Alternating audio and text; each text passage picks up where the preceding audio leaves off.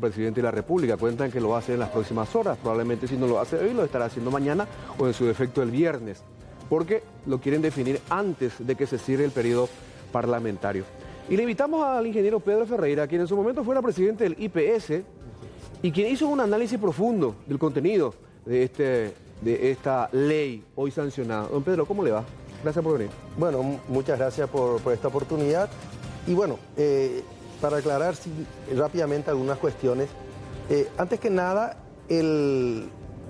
la superintendencia y el consejo tiene básicamente la misma conformación que el actual consejo del IPS. Es una copia. Y no hay elección, no hay elección. 3 representantes, una terna, enviarán, como hoy en día es cada central, cada sindicato, y el presidente va a poder elegir a dedo quién es representante de los trabajadores. Sí, Fernández Baldovino que iba a hacer elección. No, Trabajadores, pero eso no dice la ley, eso no dice la ley. Eso no dice la ley. O sea, mintió entonces. Bueno, a lo mejor eligen en algún grupo de sindicatos, pero por dar una experiencia de ahora, el actual representante de los trabajadores en el consejo de IPS es un jubilado. O sea, tampoco, y de hecho la ley no dice que tenga que ser el representante de los trabajadores un trabajador, ni el jubilado un jubilado. Un representante dice. O sea, es una copia, vamos a decir así. En el caso particular del IPS, el consejo del IPS y este nuevo consejo, por llamarlo así de alguna manera, tienen básicamente los mismos defectos, la misma gobernanza y se tendría que esperar resultados parecidos. Didácticamente, para que la gente entienda, ingeniero, el artículo 31 que pretendía darle inmunidad absoluta al superintendente, al interventor, se dejó de lado. El artículo, creo, 47, que generaba preocupación porque iban a tocarse los fondos jubilatorios, 43.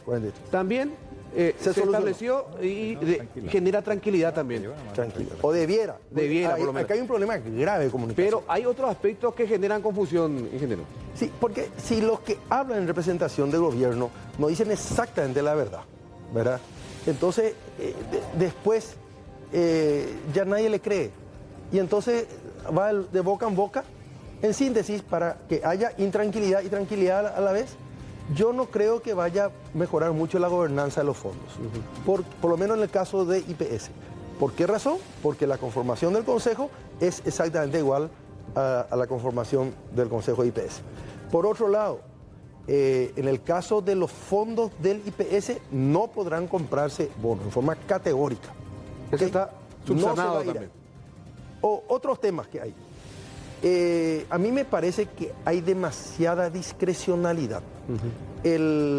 La superintendencia va a poder fijar de alguna manera los porcentajes. O sea, ¿qué es lo que hace esta ley? Te dice, en CDA o en los bancos puede tener 55%. En préstamo a tus funcionarios o a los jubilados puedes tener hasta 100% también si querés. En bono del tesoro 30%, pero IPS no. El resto de las cajas sí. Todas las otras sí, solo IPS no. ¿IPS no puede comprar bono del tesoro? No puede. El resto de las cajas dependerá de su carta orgánica. Pero en principio pareciera que no. Cuando usted está hablando de porcentaje, ¿habla de tasas de interés o de la totalidad? De todos tus fondos. Voy a un caso numérico. Supongamos que el IPS hoy en día tenga 2.500 millones de dólares de patrimonio que está colocando en inmuebles, en CDA, en préstamos. De ese 2.500 millones, el 55% puede seguir en bancos. El resto tendrá que ir a otro lado.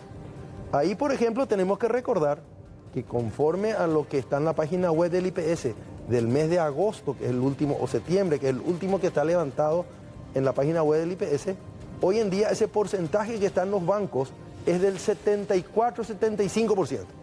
O sea, el IPS va a tener que sacar 20% de 2.500 millones de dólares. O sea, 500 millones de dólares debiera de sacar de los bancos. De los bancos a esto. Y tiene que colocar en algún otro tema de los que ahí cita. Bonos, como dijimos, 30%, IPS no, los otros sí. Inmuebles, también fija un porcentaje. En ese caso, otra vez reglamenta por el artículo 12 de que no puede hacer muchos nuevos inmuebles ni cosas por el estilo, por lo cual se supone que ahí no va a poder poner mucho la plata el IPS. Después dice acciones de sociedades anónimas, 5%. Entonces, el IPS ni las otras cajas que yo sepa no tienen experiencia comprando acciones. Entonces, ahora se va a tener que ganar experiencia en comprar acciones. Después habla de otros temas, como fondos de inversión, 15% y cosas por el estilo. Te determina cómo va a ser tu portafolio de inversiones, los límites. Pero a mí lo que me preocupa no es exactamente los límites que hoy se aprobaron, sino que esos límites la superintendencia puede cambiar cuando quiera. Y eso es una discrecionalidad muy grande, que puede terminar ¿Pero acaso en la ley no se establece ese porcentaje? Como una regla transitoria, pero le da otra vez potestad al superintendente, a la superintendencia de cambiar en cualquier momento, porque en realidad son dos tiempos. Primero lo dice que esos porcentajes son válidos durante la transición que dura 2 años. O sea, después la superintendencia determinará. Pero también, aún dentro de esos 2 años, le da una autorización para que la superintendencia cambie eso. En el mismo artículo donde habla del tema y al final coloca eso. Me parece una discrecionalidad demasiado grande. Carlos. Sí, ingeniero Ferreira, finalmente, ¿qué sospechan? ¿Qué hay detrás de la celeridad para quitar finalmente, antes que termine este periodo parlamentario, la ley? Bueno, yo creo que al comienzo había un objetivo muy claro. Nadie lo dijo, pero es muy obvio por lo que dijo el ministro de Hacienda o de Economía, como le quieran llamar, y otras cuestiones. Ellos consideran que es muy seguro un bono del Tesoro. Entonces colocan en el primer artículo que se tiene que colocar, pero preferentemente lo más seguro primero. Todo se orientaba a que el IPS tiene que sacar 500 millones de los bancos, que es 75% que hoy en día tiene, menos 55%, 20% multiplicado por 2.500, son 500 millones de dólares que tenían que sacar de los bancos y enviar a algún lado. Como no hay muchas acciones por 500 millones de dólares en nuestro mercado a la venta, ni hay mucha experiencia comprando, ni hay muchos fondos de inversión, ni hay mucha forma de crecer en los otros, el Tesoro le iba a hacer unos cuantos bonos del Tesoro por 500 millones para, de alguna manera, cerrar todos los agujeros que le dejó el gobierno anterior. ¿Y ahora qué vamos a hacer? Bueno, entonces eso, como se dice, perdió la oportunidad este gobierno por la forma en que realizó. Tuvo que recular. Yo celebro, por un lado, esa reculada que ocurrió un poco antes de la aprobación en senadores, pero la ley quedó casi sin ningún objeto ya hoy en día. Porque si eso no va a ser el Tesoro... inmediatamente declarativa. Y va a ser declarativa en gran medida. Vamos a ver, ojalá que tenga un desarrollo institucional esto. Vamos a ver con el transcurso del tiempo.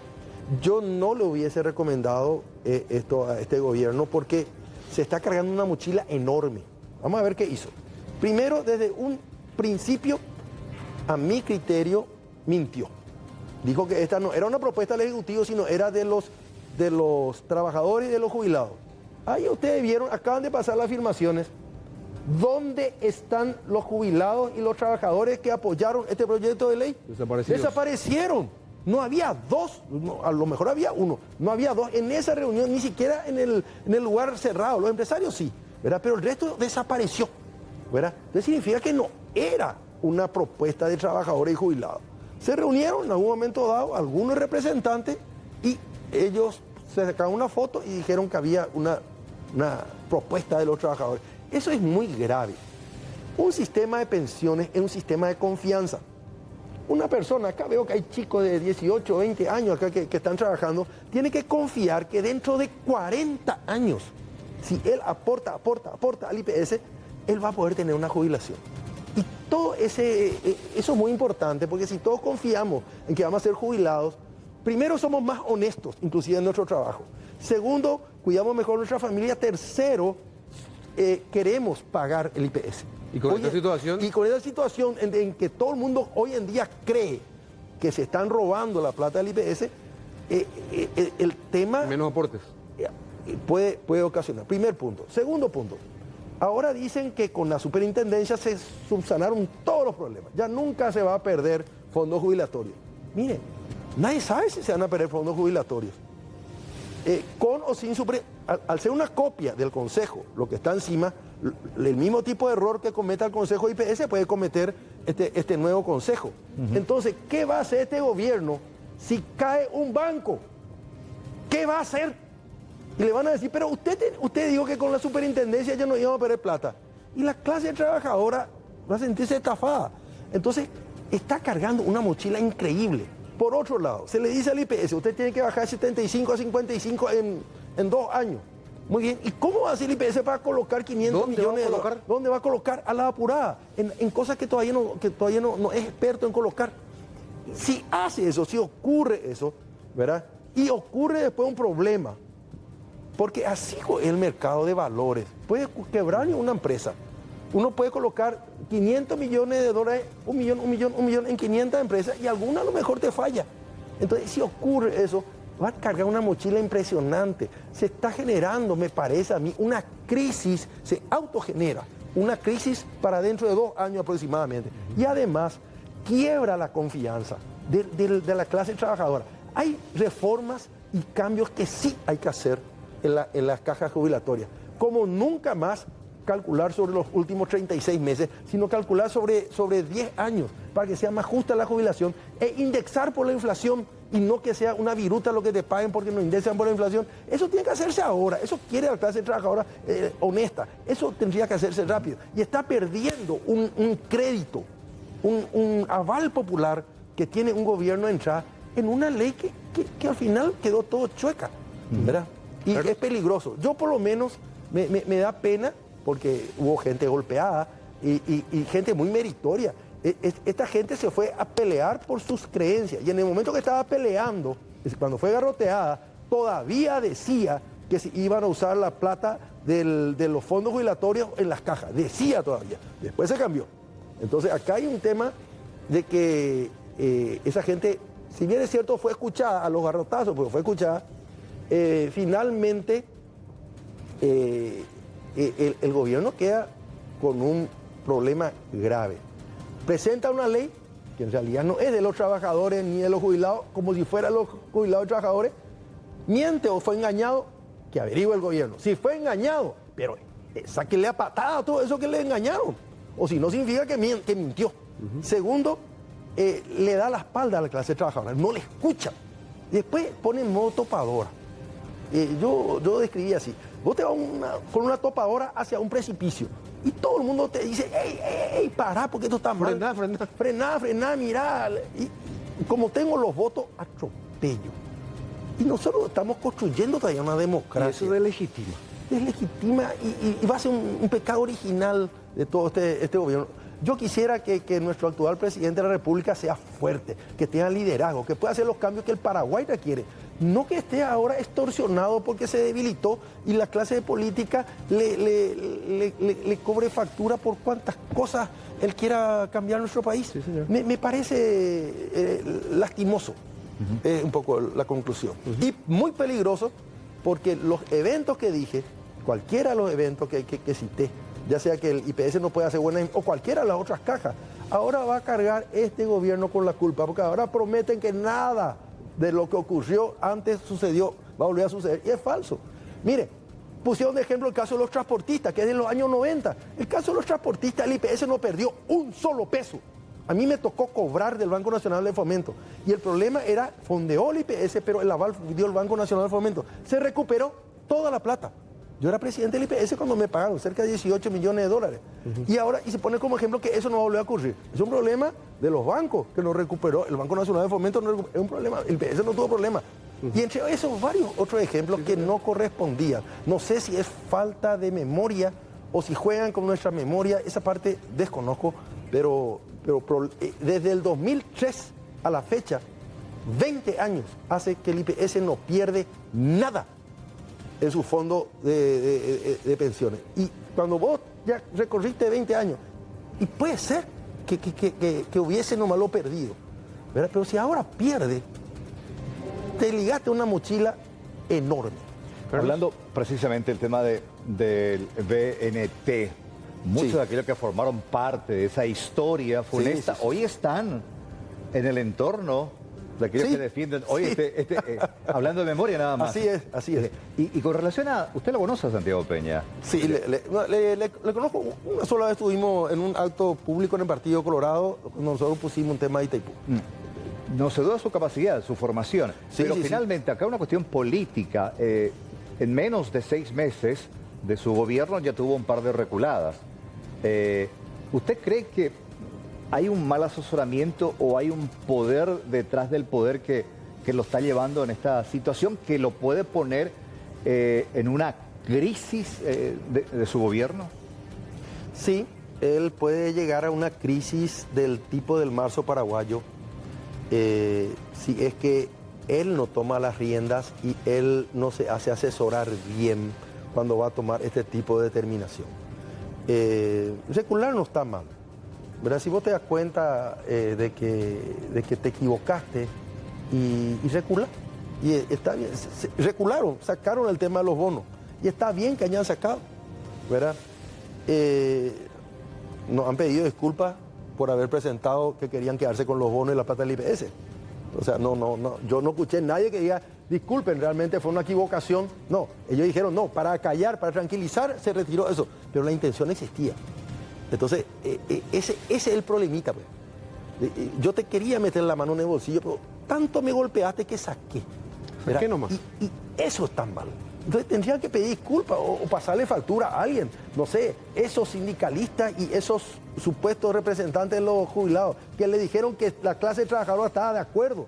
¿Y qué van a hacer ahora con esos representantes? ¿Le engañaron al gobierno o son sus cómplices? Eso es lo que ahora vamos a saber en los próximos días. Y miren, tenemos que construir esa superintendencia porque esto va a salir, yo creo que esta noche. Ahora va a estar firmando el presidente de la República. Ahora, ingeniero, ese Consejo de Seguridad Nacional, porque decía Fernández Valdovinos que el que va a tomar las decisiones es el Consejo de Seguridad Social. Sí. Y que el superintendente va a ser un simple ejecutor nada más, pero aparentemente es en realidad el superintendente el que va a tener la rienda de este tema. Sí, en la práctica va a dar la cara por todo lo que ocurra, pero y a la larga, no sé si llegaron a mirar la ley, cuando ocurra algo malo, el culpable no va a ser la superintendencia. Según la ley, el culpable va a ser el IPS, el culpable va a ser la caja de la ANDE, la caja Itaipú. Nunca es la superintendencia el culpable, ¿verdad? Por más que le haya embretado a una entidad de que tenga que hacer solamente una cosa, el culpable va a ser esa entidad. Entonces, es como, va a funcionar, así como yo entendí, casi igual que el Consejo IPS, donde estuve 4 años y medio. Y el Consejo es un consejo donde se toman las decisiones, se reglamentan, y el superintendente tiene cierta ascendencia. De hecho, mirando, en realidad el que tiene liderazgo oculto es el presidente de la República, porque le puede cambiar a todos, y principalmente a los 3 ministros, o al presidente del Banco Central, le puede cambiar, porque en realidad cambia el ministro y cambia la persona. O sea, no tiene ni un 5 años de función. Por una cuestión de tiempo, para cerrar entonces, sí, lo que genera dudas es la discrecionalidad acerca de las inversiones que hay que hacer o que pueda hacer el IPS, por ejemplo. Ahí está. Sí, ese es así, mirando lo que se escribió. A mi criterio también hay mucha mentira, en el sentido de que supuestamente esto, y es el título de la ley, es para reglamentar el artículo 95 de la Constitución Nacional. Y lo que dice el artículo 95 de la Constitución Nacional, que son los servicios de la seguridad social, no se están tratando en el proyecto. Por ejemplo, si un jubilado tiene un problema, que le calcularon mal su jubilación, un obrero, pero al jubilarse, le calcularon mal, dice la ley que él puede presentar una queja y nada más. No es una segunda instancia. Y va a emitir como un centro de quejas. Y si a mí se me tenía que jubilar en 60 días y se me está jubilando en 600 días, y estoy ahí. No estoy perdiendo la posibilidad de tener una entidad que realmente me facilite no tener que ir a la justicia ordinaria a pelearme con el IPS, con Cajubi o con quien sea. Ingeniero Pedro Ferreira, muchísimas gracias por venir. No, mi obligación es. Le agradezco la oportunidad y espero que acá en adelante haya más sabiduría y esperamos tener un presidente fuerte que nos represente bien y que respete a los trabajadores del Paraguay. Muchas gracias. Gracias.